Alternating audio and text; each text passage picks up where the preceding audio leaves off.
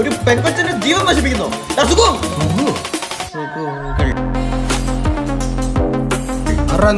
എവിടാ അവള്? താൻ ഭരണീരാക്കി വെച്ചിട്ടില്ല അവളെ? ഭരണീരാക്കി വെക്കിയതെന്തോന്ന് കണ്ണിമാണ്. ഈ 38 ഡിഗ്രി ചൂടി തന്നെ കോമഡിയാക്കാൻ വന്നല്ല ഞങ്ങൾ. ഇവനും തന്നെ മോളും തമ്മിൽ ഇഷ്ടത്തിലായോണ്ടല്ലോ താൻ അവളെ വേറെ കെട്ടിക്കാൻ നോക്കുന്നത്. അതും നിർബന്ധിച്ച്. മനസ്സിലായി കാര്യം മനസ്സിലായി. അകത്തോട്ട് നമുക്ക് സത്യത്തിൽ നിങ്ങൾ തെറ്റിദ്ധരിക്കപ്പെട്ടിരിക്കുകയാണ്. ഞാൻ എന്റെ മോളുടെ അനുവാദത്തോടു കൂടിയാണ് ഈ കല്യാണം നടത്തുന്നത്. പച്ച കള്ളാണ്. അവളങ്ങനല്ലല്ലോ പറഞ്ഞത്. അവളെന്താ പറഞ്ഞത്? അറിയണമെങ്കിൽ താൻ അവളെ വിളി.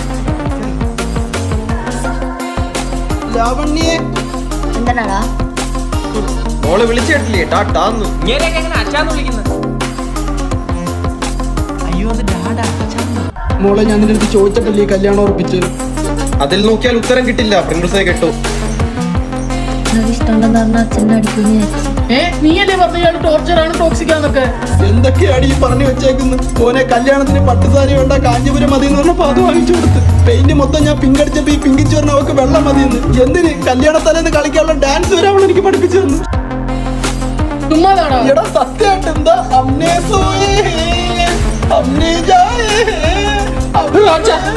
ഈ സ്റ്റെപ്പ് തെറ്റിച്ചാൽ ഇവിടെ എന്തോരം അടിച്ചെന്നറിയാമോ? ഒരു ചെറുക്കന്റെ ജീവിതം വെച്ചാണ് കളിക്കുന്നത്. എന്തോ ചെയ്യാനാ മോനെ? അങ്കിള് വിഷമിക്കണ്ട, കാറ്ററിംഗ് അടക്കം ഫുൾ സപ്പോർട്ട് ഞങ്ങളോട് ഉണ്ടാവും. പോട്ടെ, കല്യാണത്തിന് കാണാം. ലാവാവിന്റെ മൽഗം എങ്ങോട്ടാണ്?